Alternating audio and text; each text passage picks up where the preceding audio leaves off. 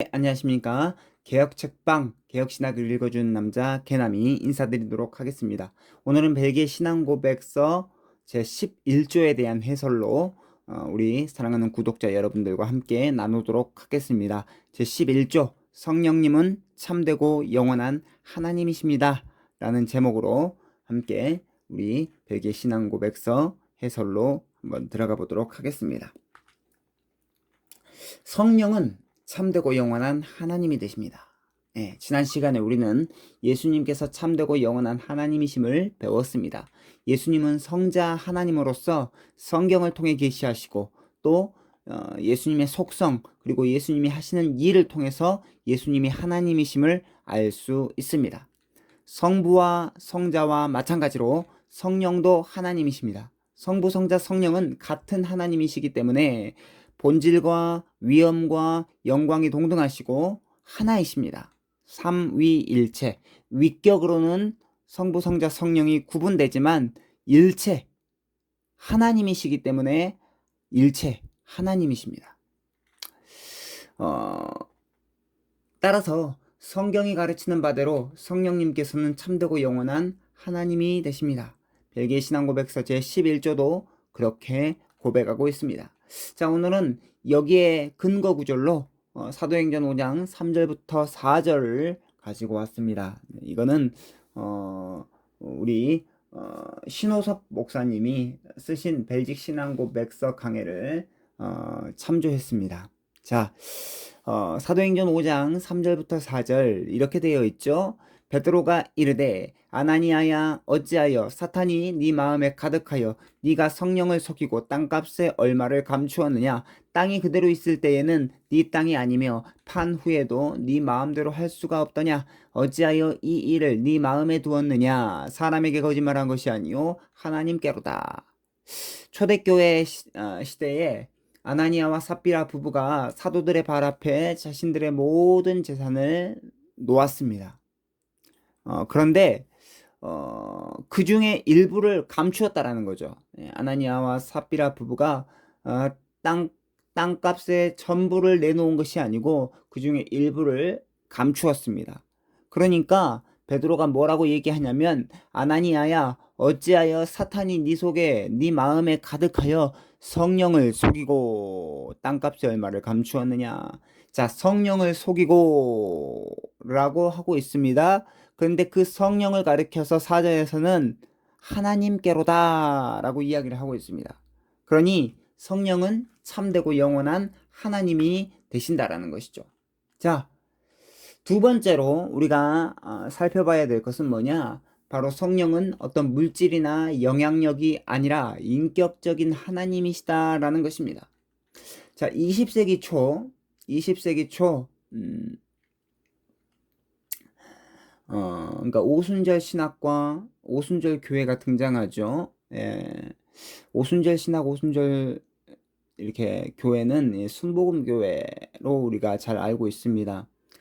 이 부분은 벨기에 신앙고백서 강해라는 우리 손재익 목사님의 책을 참고했습니다. 자, 오순절 신학 그리고 오순절 교회는 삼위일체의 한 위격인 성령님에 대한 관심을 불러 일으켰다라고 하는 점에서 굉장히 순기능적인 기능을 합니다. 하지만 오순절 교회, 오순절 신학은 성령님의 독특하신 사역을 주목하게는 하되 너무 지나치게 성령 하나님에 대한 그 강조를 함으로 말미암아 성령님에 대한 위치를 약화시키고 말았습니다. 그러니까 성령님은 기적을 베풀고 은사를 주시는 능력 있는 분으로 너무 그쪽으로만 이렇게 치우치게 생각하다 보니까 성령 하나님께서 인격적인 하나님이시다라는 것을 잘 이해하지 못했어요.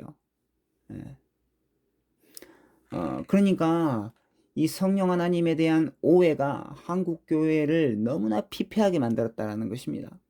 또한 성령님은 창조되거나 지음을 받은 사람이 아니기 때문에 우리를 속일 수도 없고 속지도 않으시는 분이다라는 것이죠. 오순절 성령 강림 사건 이후에 세워진 초대교회 때 우리가 방금 읽어보았던 사도행전 5장 3절부터 4절 아나니아와 삽비라 부부를 통해서 우리가 알 수 있습니다. 하나님은 절대로 사람에게 속지도 않으시고 또 속일 수도 없다는 거죠.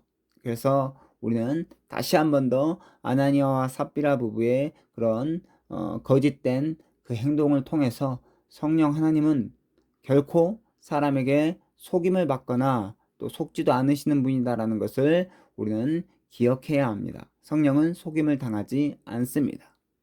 그리고 성령님은 성부와 성자로부터 나오셨습니다. 자, 이걸 가리켜서 필라오케 논쟁이라고 합니다. 이 필라오케 논쟁 때문에 동방교회와 서방교회가 갈라졌죠. 1054년에 동방교회와 서방교회가 갈라졌는데 이 필라오케라는 말은 아들로부터라는 것을 뜻합니다. 그러니까 이 동방교회는요, 그리스 정교회, 러시아 정교회, 이런 정교회를 말하는데, 이 동방교회는 성령은 성부로부터 또 성자를 통해 나왔다라고 이렇게 얘기를 하고 있습니다. 성령은 성부로부터 나왔다. 네. 성부로부터. 성자와는 관계가 없다는 거죠. 네. 그리고 두 번째, 서방교회는 성령은 성부와 성자로부터, 그러니까 성령 하나님께서 성부에게만 나온 것이 아니고 성자에게로부터도 나왔다라는 거죠. 그래서 성령은 성부와 성자로부터 나왔기 때문에 하나님의 영이 되십니다. 성부 하나님, 성자 하나님으로부터 나왔기 때문에 하나님의 영, 예수의 영이십니다. 그래서 구약에서는 하나님의 영 이렇게 얘기하죠. 특별히 창세기 1장 2절에 보면 흑암이 깊은 위에 있을 때에 하나님의 영이 수면 위에 운행하시더라. 그러니까 창조 때 하나님의 영이 이미 운행하고 계셨다라는 것입니다.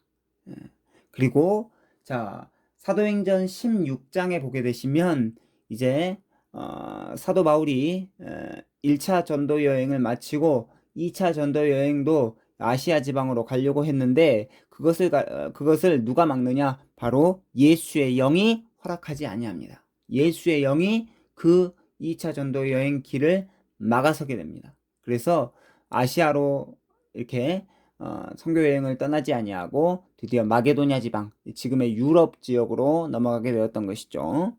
자, 그래서 이 하나님의 영, 예수의 영이 성령이시기 때문에 성령이 바로 어떤 물질이나 영향력이 아니라 인격적인 하나님이시다라는 것을 우리에게 알려주고 있습니다. 세 번째, 성령은 위격의 하나님, 세 번째 위격의 하나님이 되십니다.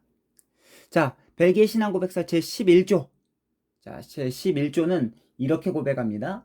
성령님께서는 순서에 있어서 삼위일체 가운데 제3위이시고 본질과 위엄과 영광에 있어서 성부 성자와 동일하시고 하나이십니다. 따라서 성경이 우리에게 가르치는 바대로 성령님께서는 참되고 영원한 하나님이십니다. 자, 성령님은 성부와 성자로부터 나오셨기 때문에 위격의 순서상 제3위가 되십니다. 자, 이것은 서열을 의미하지 않습니다. 그러니까 성부 하나님이 제일 큰 대빵, 그 다음에 두 번째 대빵이 성자 하나님, 세 번째 대빵이 성령 하나님, 이렇게 서열을 의미하지 않고 단순히 그렇게 구별이 된다라는 것입니다. 다시 한번 분명하게 말씀드립니다. 성령 하나님은 인격적인 하나님이십니다. 인격적인 하나님으로서 세 번째 위격의 하나님이 되십니다.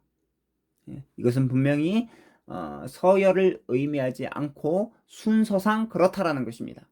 아나니아와 삽비라 부부가 사도들 앞에서 땅값의 얼마를 감추었을 때 베드로 사도는 성령을 속였다라고 하면서 사람이 아닌 하나님을 속였다라고 책망합니다. 하나님과 성령과 하나님을 교차적으로 사용함으로 말미암아 성령이 참되고 영원한 하나님이심을 증거하고 있습니다. 자, 성령님은 하나님이시기 때문에 예수님처럼 무소부재하시고 전지전능하십니다. 우리가 지난 시간에 살펴보았죠. 예수님의 그 속성 두 가지, 여러 가지가 있지만 두 가지 크게 살펴보았습니다. 무소부재, 전지전능, 무소부재, 없는 곳이 없이 다 계신다 라는 거죠. 전지전능, 모든 것을 아시고 모든 것을 행하실 수 있으시다 라는 거죠.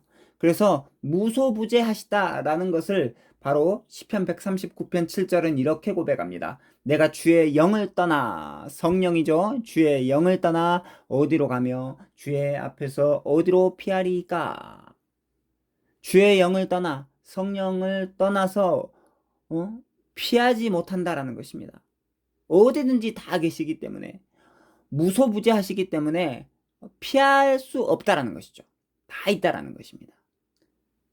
또한 전지전능하십니다. 모든 것을 아시고 모든 것을 행하실 수 있습니다. 그래서 성령 하나님께서는 모든 것을 하실 수 있는데, 모든 것을 하실 수 있다는 것을 확실하게 증거해 주는 구절이 바로 창세기 1장 2절입니다. 창조의 영, 모든 것을, 이 세상 모든 만물을 다 지으실 때 하나님께서, 성부 하나님께서 지으실 때 바로 성령 하나님도 함께 계셨다라는 것이죠. 그러면 성자 하나님은요, 그분도 함께 계셨습니다. 요한복음 1장에 나오죠. 성자 그 하나님이 말씀이시고 그가 없이는 된 것이 없다.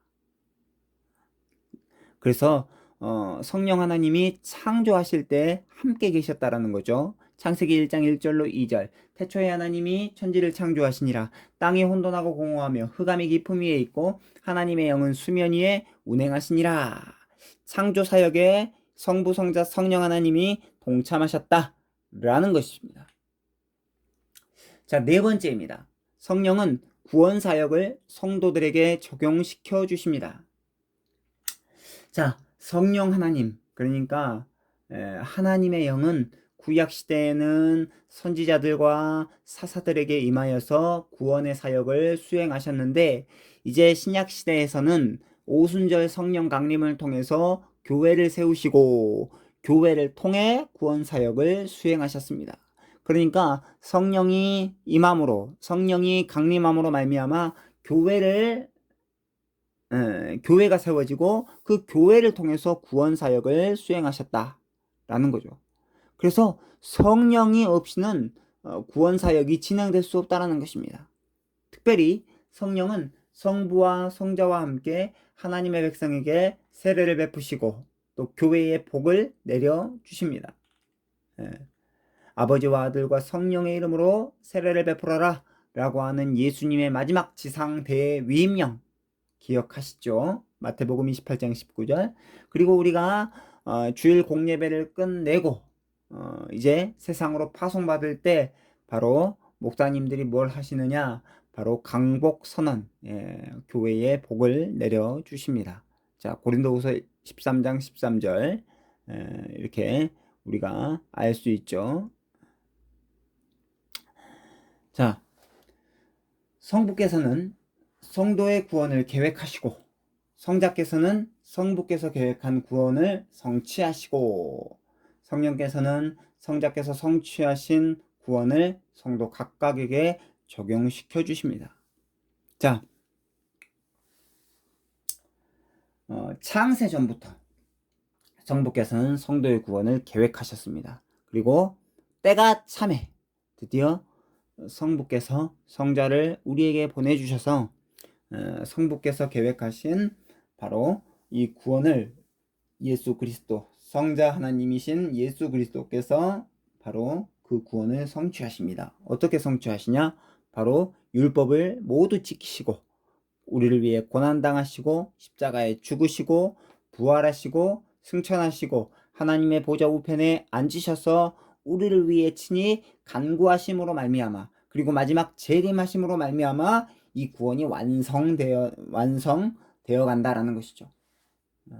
그리고 그 사이에 성령께서는 성자께서 성취하신 이 구원을 우리 각자에게, 성도 각 개개인에게 적용시켜 주십니다. 그러니까 이 성령의 적용 사역에 대해서 우리가 잘 알아야 되는데요. 성경이 하나님의 말씀임을 믿게 하십니다.